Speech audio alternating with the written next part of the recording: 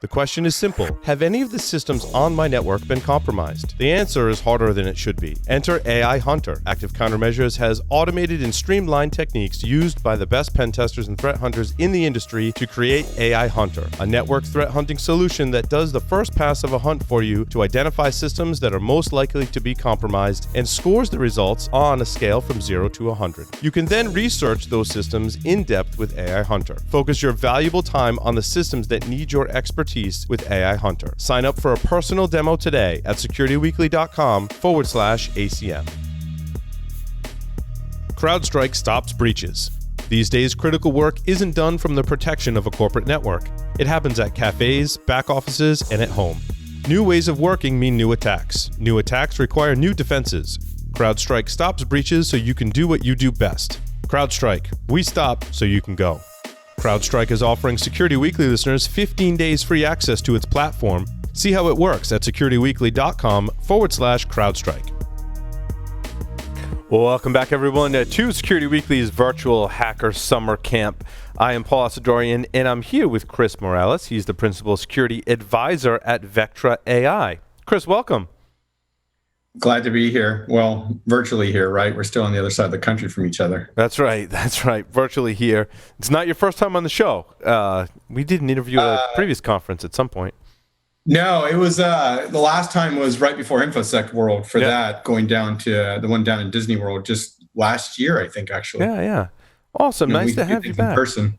Yeah, and we'll do it virtually because, that's the way the world is working today, is virtually. And you wanted to talk today about observing privilege to reduce risk in SaaS services. It's a great topic, though. It's all about identity. It is, and it's all about us working at home and the fact that that's all we got anymore. Right. Well, and SaaS is just such a different animal. I feel like the same security principles still apply, but they're just done very differently, right? Because we don't have access to all of the nitty-gritty stuff. Like, a lot of what we have revolves around identity. Well, you know what's really interesting about that? So it used to be pretty simple when all the laptops were on a network and, so you phish somebody. Phishing is still the thing. That you get on somebody's laptop and then you just start kind of hopping around and scanning. Well, now people are on home networks. If you actually think about that from the inside of the network or whatever the hell that is now, what are you going to scan for? Other people's iPads, their Roku, other things. You're not actually getting the same ability to go from machine to machine from a user anymore. So you have to start thinking about what the connectivity is, and it's actually cloud apps, and in particular for most people, it's Office 365, right? I mean, I assume you're using cloud mail, cloud storage, all that stuff, right? Yeah, we actually use G Suite. All right. Well, you're probably safe because no one cares. Yeah, right. Because the enterprises you're right, are all mostly the Office 365. Azure Active Directory is certainly catching on. Yeah. Have you heard of something called Power Automate? No, I haven't.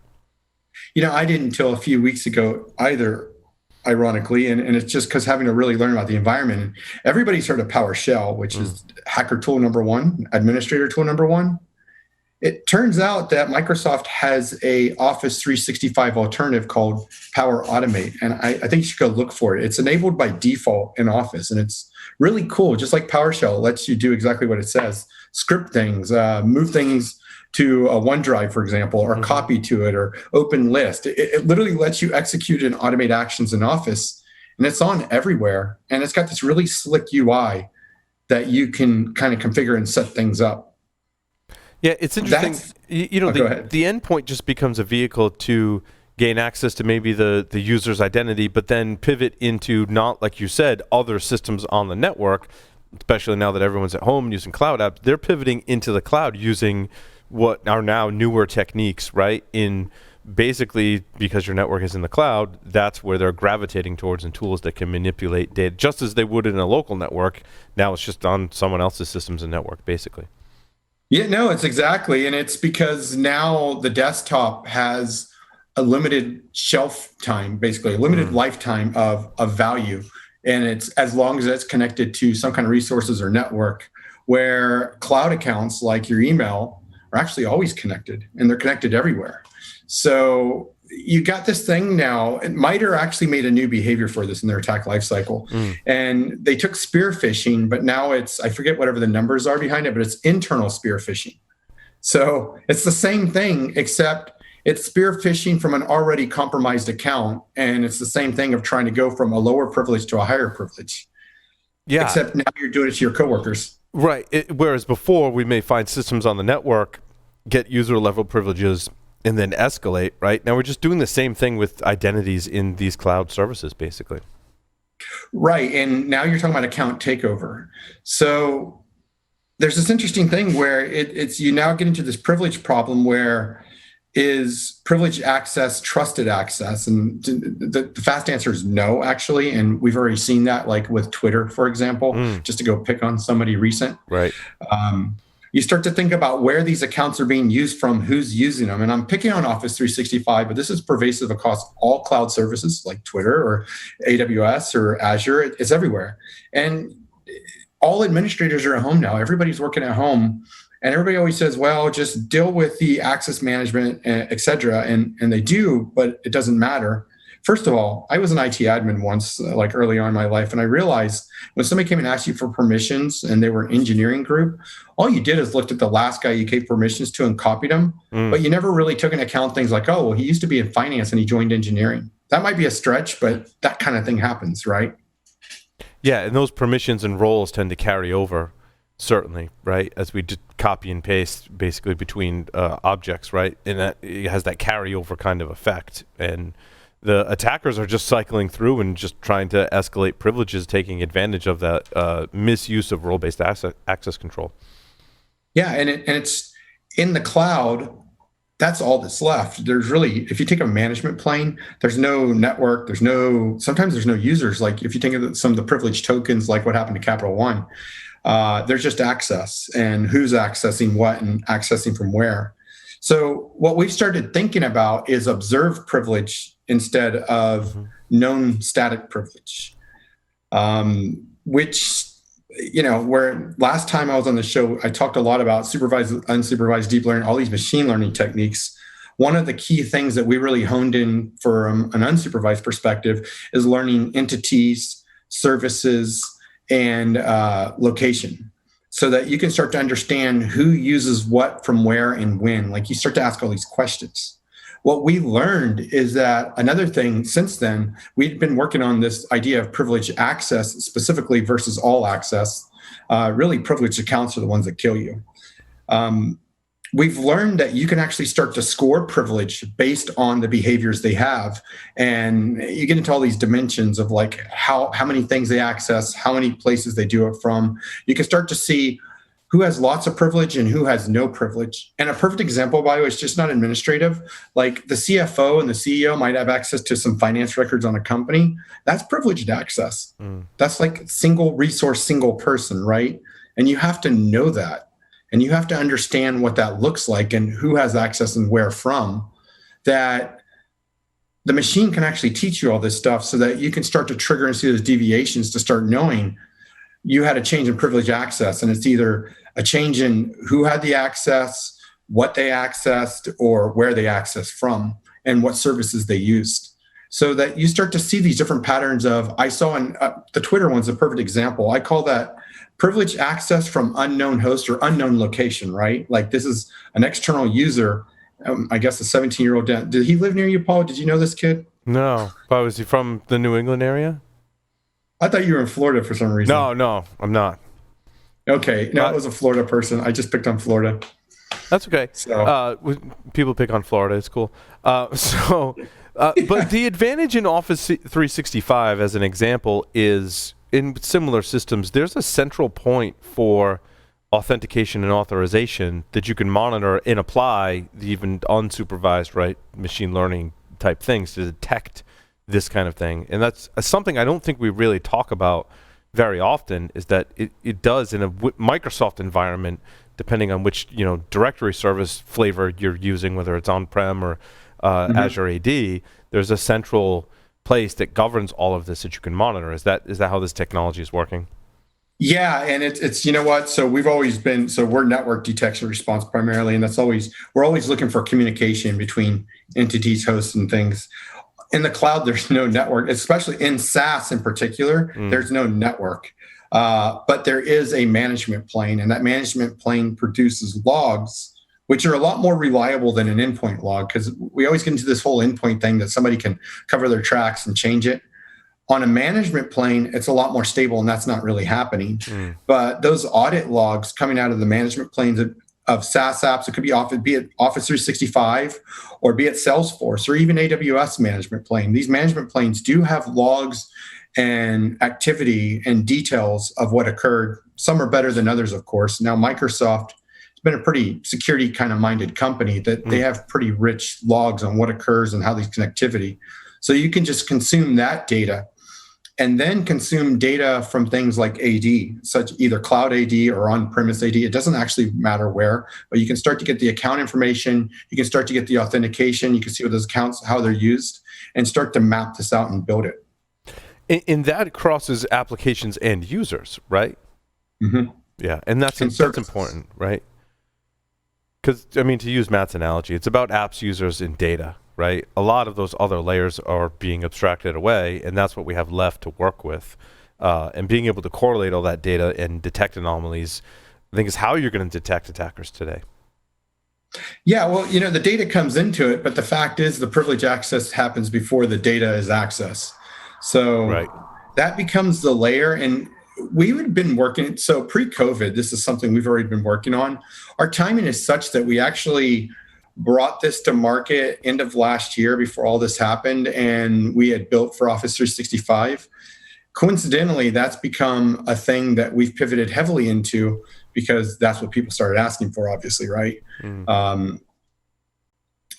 Kind of good timing for us, to be honest.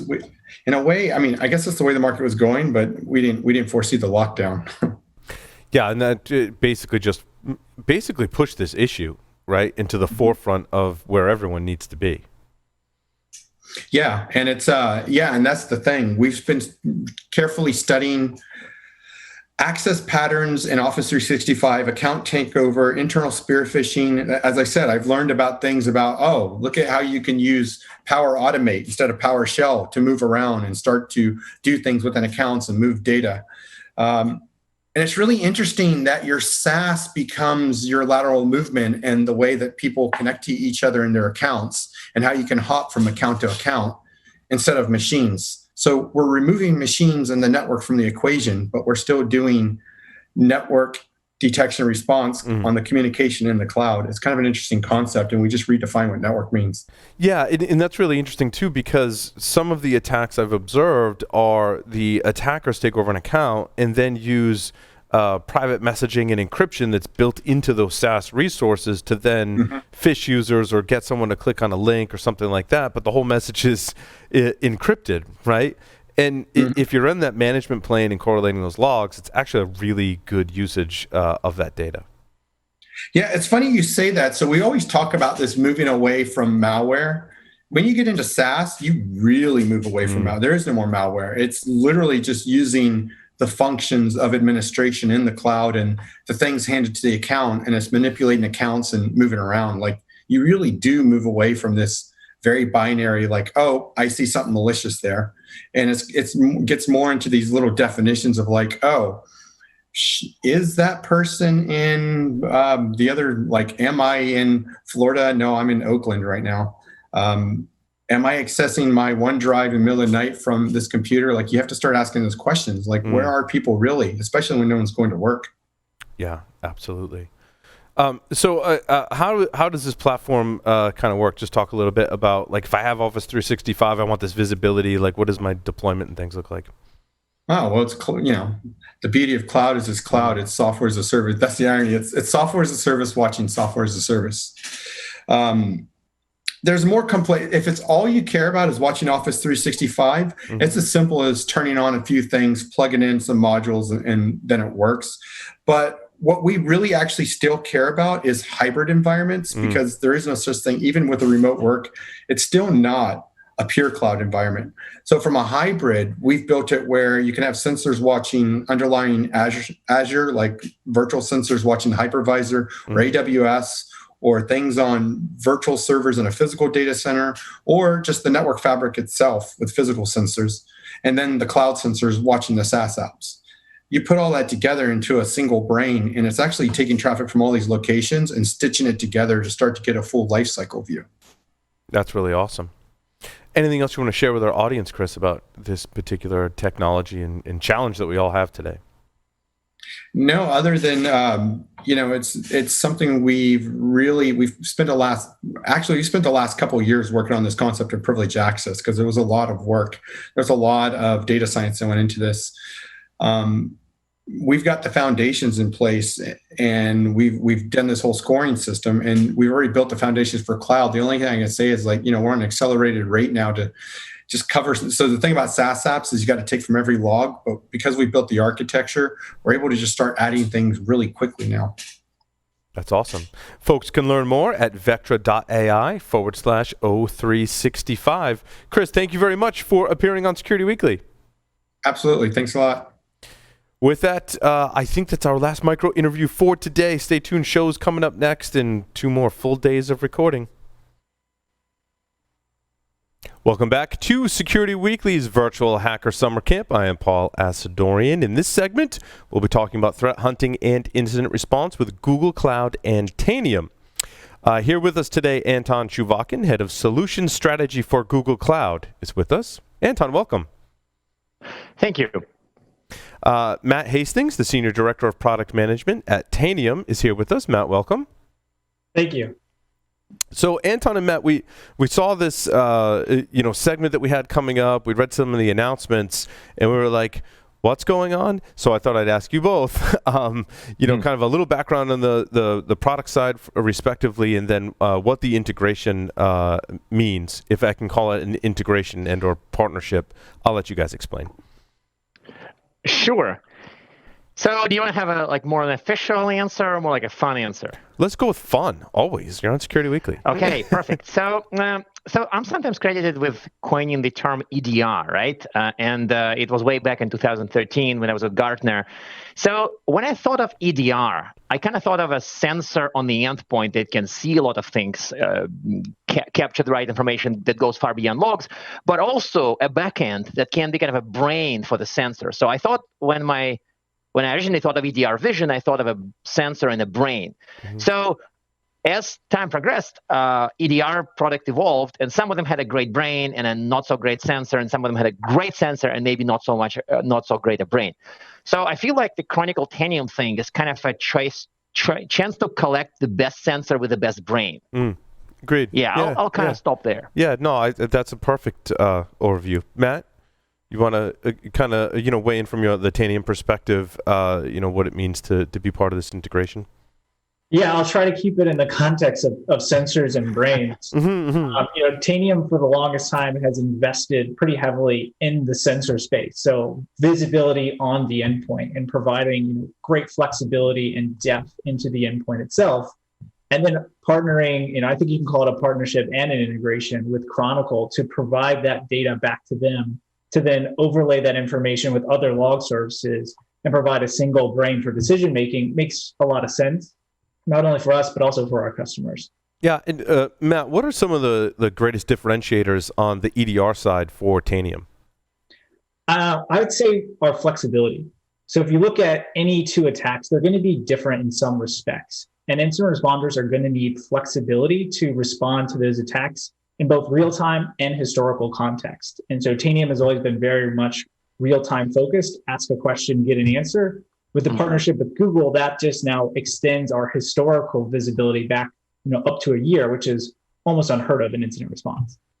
Yeah, and Anton, by the way, as a fun addition to this, by the way, I would say that the retention length is something that I would probably gush about further in the call. But to me, one thing is notable is that sometimes what we see is people use Tanium as well as other EDR tools for security, but there would always be all those little tasks on the side, like I want to make changes, maybe block something, maybe reconfigure something eventually. And to me, the fact that Tanium is probably on the stronger side. I'm remembering my Gartner self comparing EDRs in terms of acting on the machine and collecting data that isn't narrowly defined security telemetry. So to me, this is kind of a big advantage as well, is that there is a broader purpose to Tanium and there's more control and action features. And Anton, on the Google Cloud side with the Chronicle product, what are some of the things that attracted you to go there, and what are some of their biggest differentiators?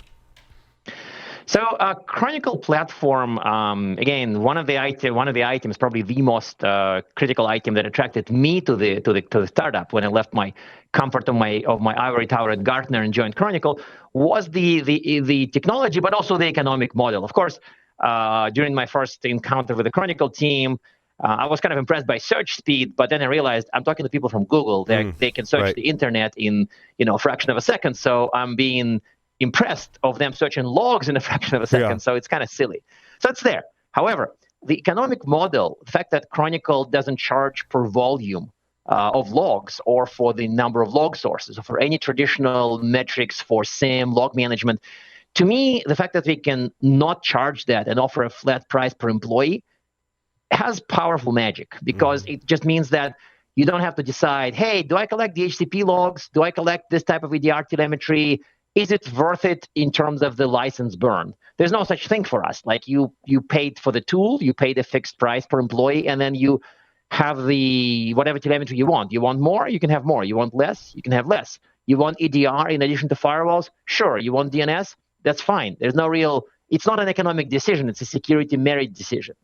So there's one more thing I like to highlight in terms of Chronicle advantages, is kind of how we cross-link and enrich the data. So for example, I've met enough people who's been searching for, IP addresses, DNS names, but nobody really ever said something like, if I'm searching for an IP address, I also want the data that resolves to this IP, even though there's no IP in the logs. And it's kind of actually a trivial feature in Chronicle. It's a foundational feature. We automatically enrich everything. So in essence, this does add power to our rule-based detections, to our searching, to pivoting. We sort of cross-link, enrich. The internal term is aliasing, but I still think of it as enrichment of many types of data. So if you click on a firewall event, you can see EDR data right there. So to me, this is really cool, and this is almost like how I dreamed SIEM should be in my younger years. Yeah, I have weird dreams, I know. Matt, what are like the popular queries that people are asking of Tanium? How does that tie into Chronicle? And what's the kind of heart and soul of what's my problem, and how does this kind of collaboration help solve it? Yeah, so I think it really runs the gamut. As Anton mentioned, Tanium is unique in its breadth on the endpoint. So we have just as many customers using us for EDR as we do customers using us for patching and application deployment. But the data layer is all the same. So we can send all that same information into Chronicle. So we can provide you not only EDR telemetry data, but overlay that with, let's say, vulnerability information, information about sensitive data that may be on endpoints, and patch status, et cetera. So that starts building a really strong, big picture about not only why is this endpoint important to my organization, but what may make it infected, what may be causing a potential compromise. And then one of the things Anton mentioned was the brain power of what Chronicle is bringing. So I think this is kind of the evolution of what he first coined in EDR. This is what now talking about XDR. And so now that we've combined multiple log sources, made a decision about what to do, we can then circle back to Tanium to actually enact action on the endpoint, to take a remedial step to, say, remove an attacker, patch a vulnerability, update an application. Those are all well within our wheelhouse. Yep. And admittedly, I mean, as I learned in the past, not every customer would act automatically or would trigger automated actions, but at the same time, the chance is there and the possibility is there to accelerate response from that point of view. I'm a network packet geek, right? And I love NetFlow as well. How does that come together because I believe, memory serves me correctly, Tanium can also collect some network telemetry from the host side. Obviously, Chronicle can probably pull in, I would imagine, full packet captures and or NetFlow. Actually, Zeek, layer 7 telemetry, not FPCs. I mean, we don't want the payloads, but we do have through Zeek and through other integrations, we get the layer 7 captures. To me, they're quite sufficient for most cases, but admittedly not all. Gotcha. And Matt, on the Tanium side, are you collecting any network telemetry connections, from the host? Yeah, so your standard IP connections, your standard DNS requests, HTTP requests. What's nice is when you marry that up with the Chronicle data set, things that might get in the middle of those like proxies or firewalls, you can start seeing a much broader picture. Yeah. I mean, funny enough, we do see. So I think Zeek style from both open source and the Corelight commercial data, probably one of the more popular data sources. We see a lot of that data, and of course, marrying that to endpoint is hugely useful. Like in all the years, in past, I would say this is a hugely useful combination. Like detailed telemetry from what's running and what it's doing on the machine, tied straight to layer 7 connectivity out and in. Like that, that's amazing. No, agreed. I love, and there's lots of ways to, skin this cat, right? But I love, I'm looking at the network, traffic logs, right? NetFlow or Zeek logs, I should say. And I go, well, that host sent that kind of weird. Like, I wonder what the user and the process was, right? And then you marry those two together and you get a way more complete picture and can make decisions better. But here's the thing. The ability to do it was there for many products. I mean, there's no real, it's kind of clear what to do. The point is that for Chronicle, it's kind of done for you by the platform layer. There's no real need to do anything. I mean, that's a default feature of the product. And so to me, while I respect the guys who want to search for keywords in raw text search, I still feel like they're kind of wasting a lot of time doing that. Yeah, they know they have, quote unquote, the original data. But to be honest, their brains have to work a little bit too hard to kind of connect the dots. And to me, the fact that the Chronicle connects those dots for you, and admittedly in a correct manner, does make it hugely useful for many of security operations people. I imagine that both the Chronicle platform and Tanium have threat intelligence integrations. How do those come together? Is it independent sources? Do you kind of merge them? How does that work? I think it's a little bit of both. So we do a number of data detections directly on the endpoint. One of the nice options is all of those detections or Tanium alerts can be sent directly into Chronicle. On the same side of that coin, we can also send direct raw telemetry data into Chronicle for ingestion into their own threat intelligence platform. I'll let Anton speak to that. Yes, that's actually, I would probably start at exactly the same spot, is that if there's a TI source, threat intel source that Tanium matched, the match is an alert for us, so we'll get that. However, for Chronicle, we sort of classified some of the threat intel sources as like detection grade, and some of them are more context grade. So example is VT, virus total stuff. We're not going to wake people up at 3 a.m. over a VT match, but you want to see VT matches in Chronicle. So if an alert, threat intel match from Tanium or some other Tanium telemetry comes in, we would link it to our threat intel sources, and some of them would result in detections, and some of them would result just in enrichment activities. So, for example, if I see a hash would get linked to VT data, but we're not gonna trigger any alarms of VT scores, but you would see them in the UI. So there would be some other TI sources that would serve in that manner.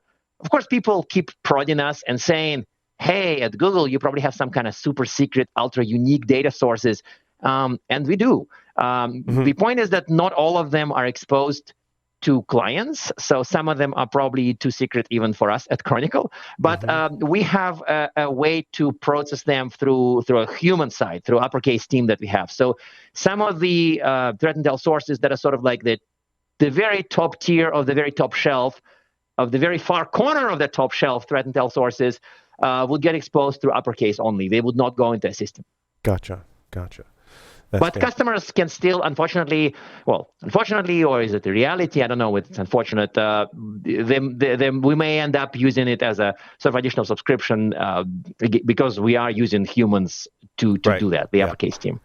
And I'm assuming that this integration is probably pretty easy to stand up, right? Like if you have Tanium and you have Chronicle, getting the two to talk to each other is probably pretty straightforward. No, the point was that it's actually done already. There is I think easy is not good enough. It has to happen before you actually get the bundle. So if I have both, like, is there a way to, that integration's kind of built in, or do I have to go click a button, or like, what does it look like? There's one button. I'll be honest. There is one button. You do have to select it, and that'll tell Tanium to just start sending data to Chronicle. But to Anton's point, one of the big advantages here is you want to send as much data as you can, because the whole idea here is to detect something that was previously unknown. Right. And so when you want to do that, you need as much data as possible at your disposal. And as far as I know, Chronicle is the only / best company that's doing that. I mean, 1 year retention for free, well, included with price, is kind of mind-blowing. I mean, I admit that when I first saw the team, I just could not see how economics can ever work. But I mean, after I've been with the company, I know that it does. And so to me, the fact that we can have the 1 year retention for EDR data and not charge for it, essentially, is incredible. Yet it's true. I mean, I know some other EDRs, even the cloud ones, they can certainly build the backend to retain data in the cloud for a long time, but the costs go up, and then they become crazy high, so nobody actually ends up paying them. I've met people who store EDR data for a week, and then you have to pay a lot of money to store it for a month, and we're like, what? Why would you do that? Like, you're going to get free 1 year retention. You wouldn't have to think about it ever. Yeah, no, it's a great model. Well, Anton and Matt, thank you so much for appearing on Security Weekly. Folks that want to learn more can go to securityweekly.com/Tanium. Thanks again, guys. Thanks, Paul. With that, we'll take a short break, come back. I think we got one more segment, maybe two, coming up next. Stay tuned.